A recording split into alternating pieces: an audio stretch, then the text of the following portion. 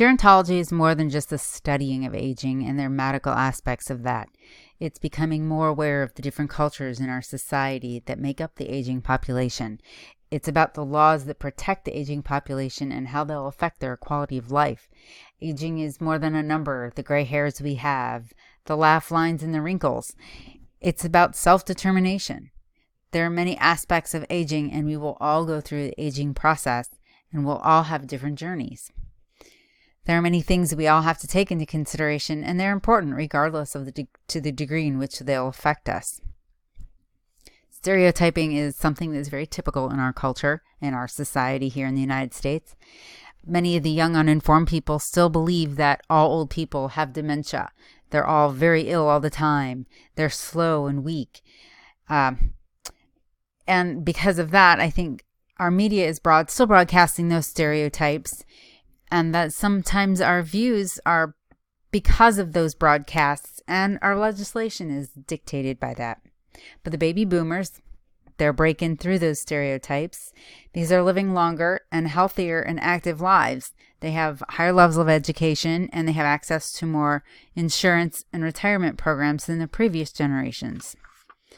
More people are working longer, and some of those people that are working longer and retire find second careers. The centenarians are living longer, and there's more of them than ever before. Culture does factor into ageism more than people believe.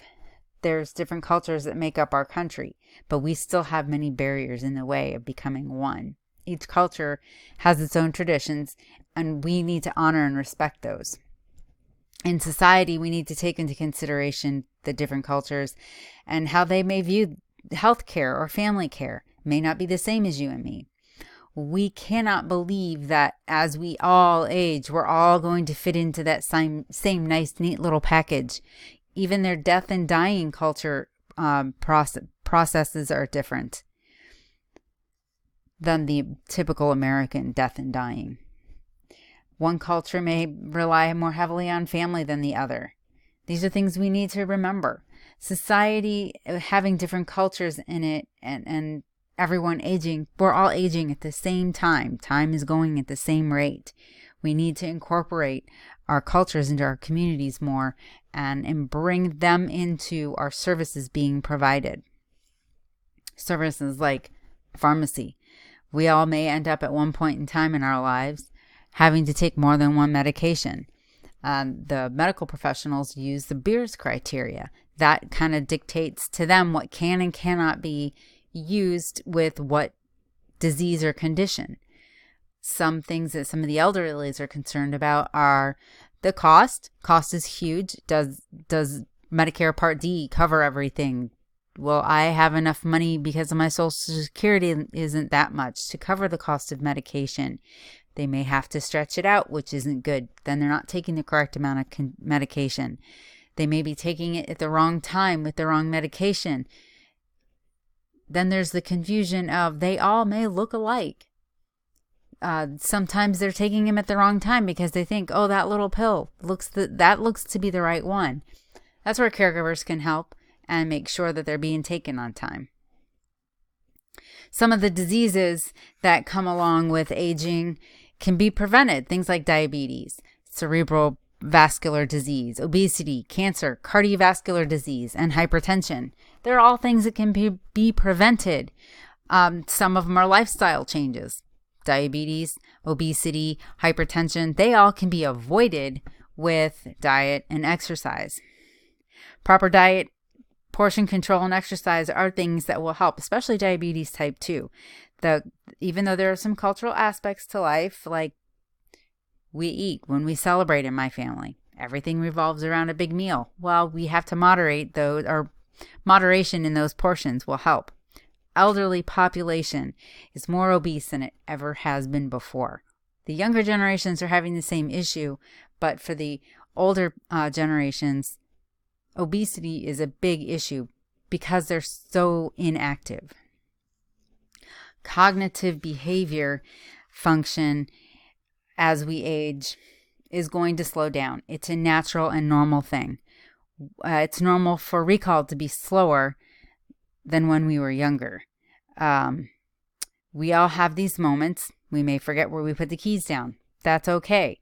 It's where we forget when we come into the room or what the function of that room is. There may be a concern there, or we set the keys down, but we set them down inside the microwave.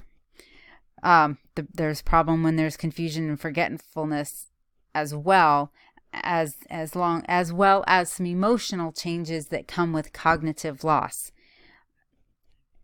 Anything can set off emotions, and sometimes that's also a key factor in cognitive issues that need to be addressed with medical professionals.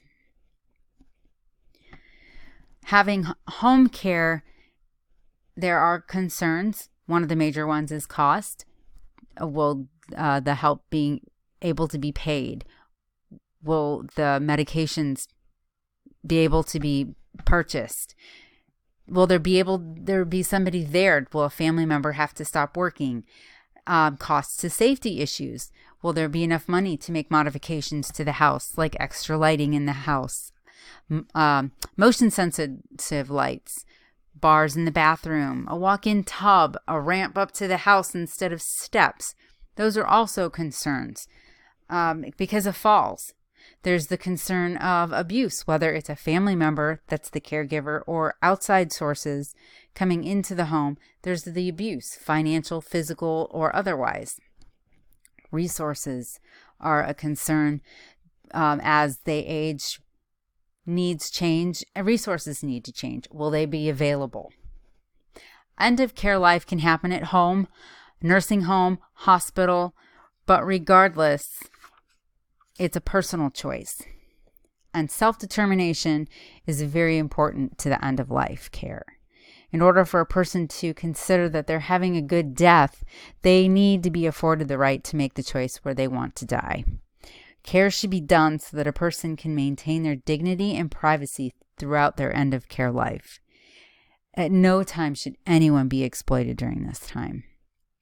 Everyone has their own idea of where their comfort zone is or where they think they're going to be the most comfort. Well, they can get that in writing for their end of life care, and it's important to make sure that it's in writing so that they are comfortable for their end of life care. There's the living wills, do not resuscitate, things of that nature that can be attained to make sure their end of life care is to their wishes. Ethics. Right and wrong. We have all been taught right and wrong from a very young age. So we should all know what that entails. Nobody wants to be abused. Right and wrong falls into that. There's elder abuse, and some elders will not report their abuse because they're afraid they may not have anyone to take care of them. Autonomy plays into that because that's empowerment. They get to keep and make their own decisions without being influenced. And the documentation that they can have done, the living wills, the powers of attorney, the advanced care directives, these are all important things that they can have to keep that autonomy. Legislation, the laws that protect them against the elder abuse and the right and wrong. It's important that we have the Older Americans Act and the Patient Self-Determination Act. These are very helpful for the aging. So with all of these issues regarding aging, we need to talk about them in our individual lives and within our communities. With the many cultures that we do have in our society, we need to accept them and honor them and embrace them. Some of the cultures that maybe have been here the longer they're here, they are assimilating more to the American way of life, and they're leaving their traditions behind. They're falling into the stereotypes, but we're letting the baby boomers lead the way away from those stereotypes. So with that said, the healthcare programs and services will still need to change as we change as a population. The older we get and the longer and healthier we live, the more these need to change.